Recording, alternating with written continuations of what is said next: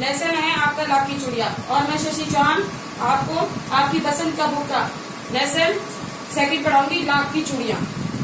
ये है आपका लेसन लाख की चूड़िया।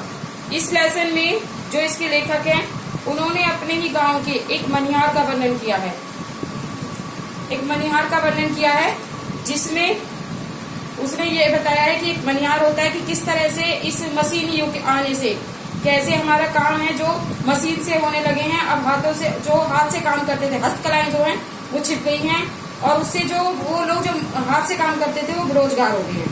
तो इसमें इस लेखक ने एक अपने ही गांव के जहां उसका ननिहाल था उसमें एक बदलू नाम के एक मनिहार का वर्णन किया है जो कि लाख की चूड़ियां बनाता था।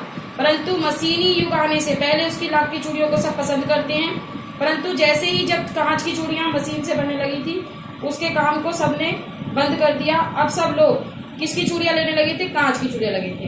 अब क्या होता है, जब बदलू कई साल बाद जो लेखक होता है वो अपने ननिहाल जाता है, अपने नानी के घर, ननिहाल माने नानी के घर जाता है, वहां इसको देखता है बदलू को, तो ये एक पतला दुबला हो जाता है। तो उसके घर मिलने जाता है तो उससे कहता है कि मुझे फसली खांसी हो गई है। तो वहां देखता है जहां पर वो लाख की चूड़ियां बनाता था वहां पर अब लाख की चूड़ियां नहीं बनती हैं। तो जो लेखक है वो उसको मनिहार को बदलू काका कहकर पुकारता था। लेखक बदलू काका कहकर पुकारता था।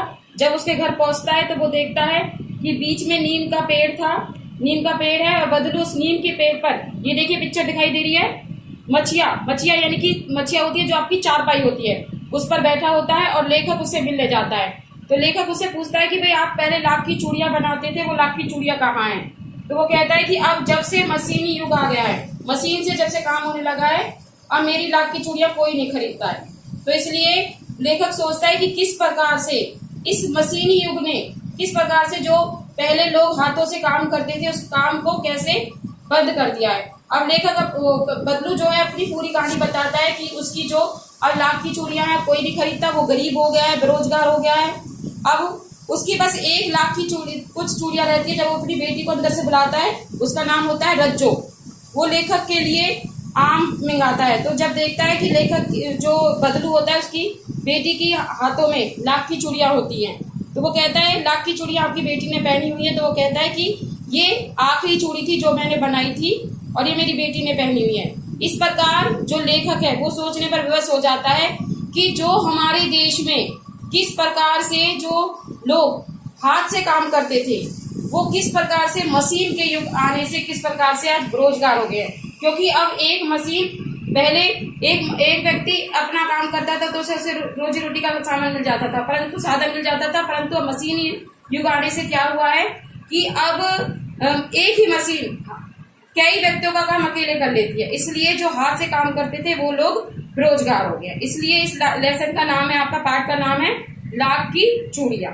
ठीक है, अब इस लाख की चूड़ियां में ये आपका ये पूरा लेसन है, इसका विस्तृत है। उसके बाद ये आपके क्वेश्चन आंसर हैं। जैसे इसका ये क्वेश्चन देखिए, सेकंड क्वेश्चन एक्सरसाइज का, वस्तु विनिमय क्या है? विनिमय की प्रचलित पद्धति क्या है?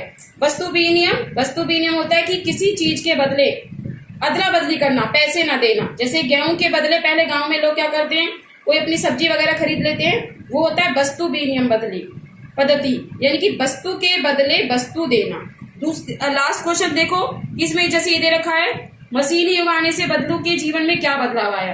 भाई मशीनी युग आने से बदलू के जीवन में ये बदलाव आया कि वो गरीब हो गया, उसका जो हाथ का काम था वो खत्म हो गया, उसने फसली खांसी हो गई और वो अब घर पे ही रहता है। इस तरह से उसको गरीबी आ गई। इस प्रकार से ये आपको सारे क्वेश्चन आंसर करने हैं और इसमें से कुछ क्वेश्चन जो मैंने कराए हैं वो आपको छांट कर लिखने हैं।